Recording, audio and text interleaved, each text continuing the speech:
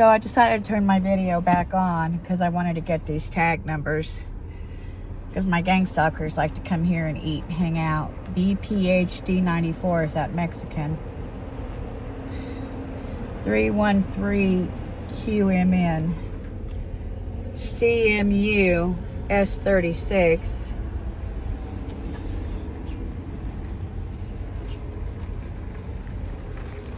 And then there's that old man I've been telling Leah about. Are you a Medina? I might. Why? You're Mike Medina? I might be. Yeah, are you Andy Medina? No. Oh, you didn't have ABC title here? What's that? You didn't have ABC title? No, Andy had AM Realty. Yeah. He passed away last year from... Well, I don't particularly care because this town's full of a bunch of organized government gang stalkers. And they like to operate under the guise of government as law enforcement and military, but they're really American traitors. And I believe you work for some. In fact, I believe you're one of them. So I needed to identify you because I have made a police report about you. My name is Manuel Medina. Manuel. I'm a U.S. Army veteran. Yeah, well, that don't mean nothing to me anymore. I have nothing to do with anything. So you hang out with Sydney from Thraxton's, right? You guys like to huddle up at the store? Well, yeah, I talked to her. She's a friend of mine. Yeah, you know, I came here because I was dying. As a matter of fact, I'm officially back on the dying list because of you guys. I have cancer. Yeah, well, they're terrorizing me. Let me tell you something. No, let me tell you. Let me tell you what's happening to me. I'm retired from the railroad. Yeah, and they pay you. How does Jerry Barber pay you? With gift cards to keep an eye on me? Jerry Barber doesn't pay me anything. Well, I know three of your brothers. I get railroad retirement. Well, I hope you're a righteous man, but you know, three or four of your brothers are not. I don't. And I have proof. I spent most of my... I have evidence of the crimes they have committed against me. My oldest brother, Andy, who's a Vietnam veteran. I never got to meet Andy face to face, but I did do business with him. I wanted to do business, perform commerce in Ordway because I was moving to this community. And Andy actually closed the deal on my home. Okay. But then your other brothers, Richard Medina, and then the Medina that hangs out at VFW, and then the Medina that mows the lawns here in town. They've been trying to beat me up. They've been telling me to leave, bitch. Nobody wants you here. I've got people killing my animals. Where does that come from? Go check the police reports. I've been making police reports for 10 years. But I got all these Medinas harassing me. So I see you all the time. And I didn't know who you were. I see you at the store. I even commented on your t-shirt. I thought it was kind of nice. What t-shirt did I have on? You were wearing some kind of political t-shirt that kind of reflected what I think. And right on then. Look, ma'am, I work on the railroad.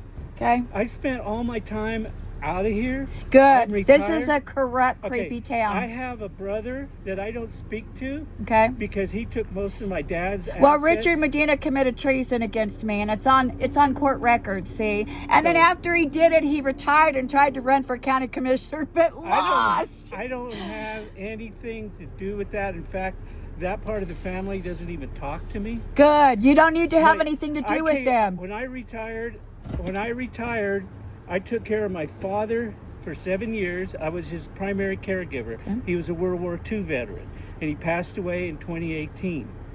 And I don't communicate with him because there was an issue with my brother Richard, especially about some property. He's very dirty. That I didn't feel was right. He deserves prison. But that's a whole different ball of wax. And like I keep to myself. Good. I always have. Good. And like I said, most of my... Well, they're terrorizing me, sir. I've not heard that. I have no idea. Well, I have proof. I have proof. Okay, well, whatever. So that's why I stopped to talk to you, because I see you all the time. And when I first came to town, you used to drive a white truck. And I was like, every time I come up here, there you were. And I teased you one day. And I'm like, are you following me? And we laughed it, and we went inside, and we performed our commerce and left. But all of your family's after me for some reason. So it's like, you can't blame me for being suspicious, you know? I'm afraid. I'm terrorized. You don't understand what they're putting me through. Let me tell you something. I have been sober. I don't even go to the bars. Neither do I. But I've been accused of being a drug addict and a drunk. Really? Have you ever seen me buy alcohol in your county? And I've been here for 12 years, bro. The only time I've ever seen you is at the store. And I greet everybody and talk to everybody. like I said, I retired from the railroad. Okay. So I spent most of my career gone. Good. Okay, but my family lives Is here. And Just well, me you're and my carrying wife. their negative Just- name then. Just me and my wife are the Okay. only ones that are here, and our kids are in Denver. Both of my girls. Well, it's sad both that of my it's so girls went corrupt to here. college, and they mind their own business. I mind my own business. Well, you raised your kids right then. Well, I tried. Yeah. For being an absent father because I was on the railroad. Right. I Right. once had my youngest Yeah. daughter tell me that I didn't make it to, because she was a cheerleader, that I didn't make it to her game. And so she's mad at you for Well, it. she was, and then, but Oh. they understood. I know kids. You When they get As to they be got our older. age, they're gonna understand. You Yeah, know. yeah. I mean, we were probably But when that. they're teenagers, it's a little bit different. Yeah. Yeah. Hey, Manuel, thanks for your time. I'm sorry I pulled the camera on sorry. you, but I don't feel safe anywhere I go. No. And you would not be. I mean, like, there has been some really terrible crimes are committed against me here. And I have proof, and I can't get When you help. asked about Andy, Andy helped a lot of people get into homes. Well, I thought he was a nice guy. I never met him, but I wanted to Yeah. do business And- here, but so he- I closed with You know what? him. He was in Vietnam, and he had Agent Orange. Oh, And no.